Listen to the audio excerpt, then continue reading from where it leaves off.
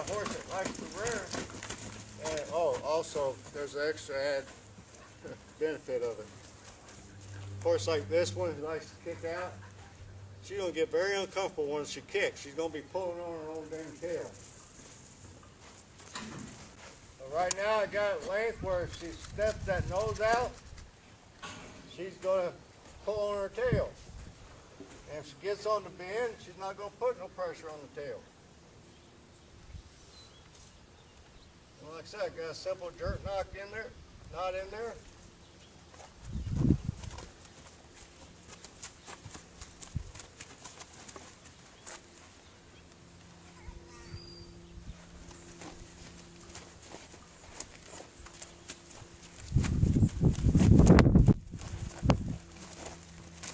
And let her deal with it. And just sort of step away.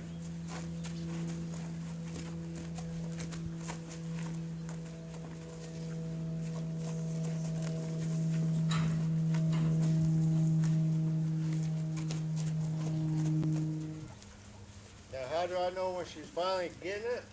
When I stop her and she'll go straight on the bend and won't move her feet like she just did. So I got to try to stick to one rule all the time. Like right now I want to approach her, but she was facing away from me, so I'm not going to approach her. The only time I'll approach this mare is if she's looking at me. Even in this instance.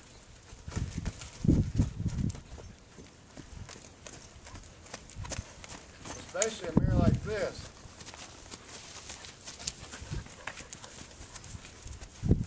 But she's never allowed to show me that butt.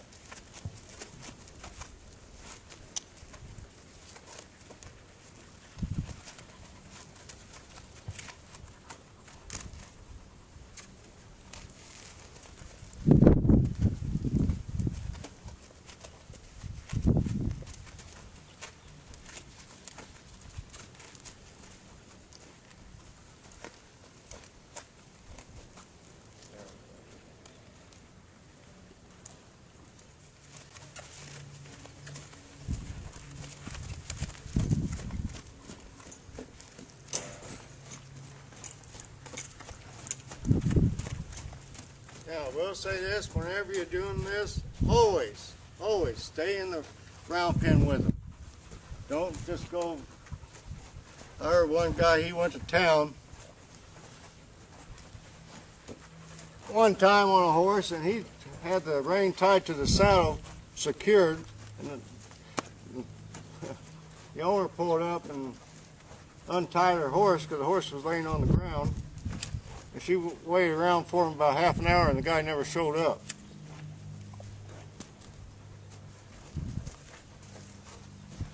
So always stay there in the pen. Same way when you put a saddle on a horse, first few times. Don't just put it on there and walk away.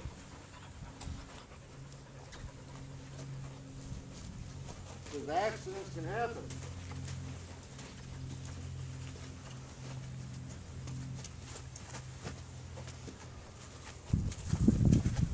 Now, everybody there out in YouTube land was here watching me. I'd ask a question right now.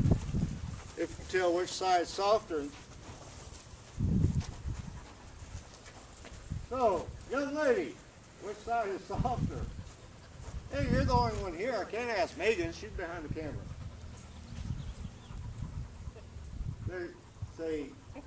Just say right side. The right side. Thank you. You're welcome.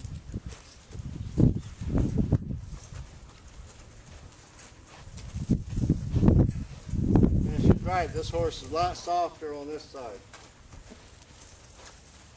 Which I made a mental note of that, so when I get on her the first time, if crap hits the fan, that's the way I'm probably going to turn. Luckily enough, that's the way I usually turn to the left.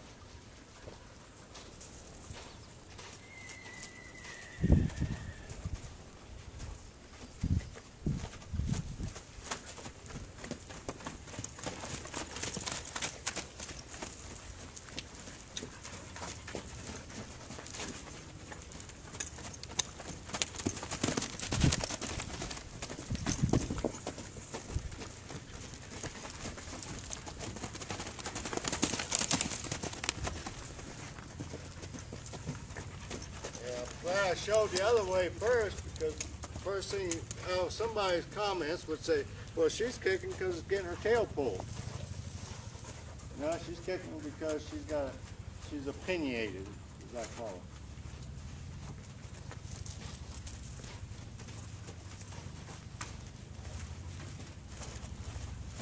And to be quite honest with you, this way is not, to me, as bad as tying it to the stirrup or the saddle. Now there's another way, and I didn't get my bungee cord like I wanted to. I do use bungee cords like you tie down stuff on your vehicle or motorcycles. I use 30-inch ones, and I put 2 alligator clips on them. And I'll clip one to the bridle and one to the saddle because same effect. When they pull, they'll stretch that bungee cord, but when they give, you know, they'll feel it give. Now when you're doing this kind of stuff, you've got to make sure you work both sides at the same time. I mean, in the same day. And try to do it at the same amount of time. Don't pick the bad side and just constantly work on that. Work both sides.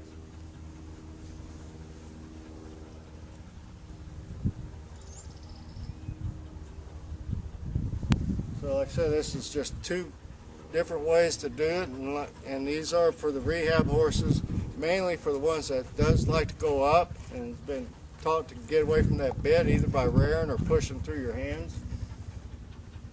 Because to make these horses have a good life, most of them's got to be usable. Most people don't want pasture puffs. So you got to figure out a way to make them responsible for their own actions. And try to keep it safe.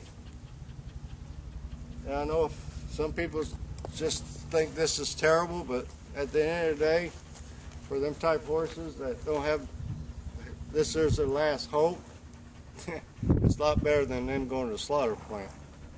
And that's the case. And like I said, I use this mare because of her attitude, and it's a good example. And even with the kicking out, it's a good example, show how you can, a horse that's a bad kicker, you can tie that nose to that tail and let them be responsible, move them out. And that just gave me an idea for another horse I got here.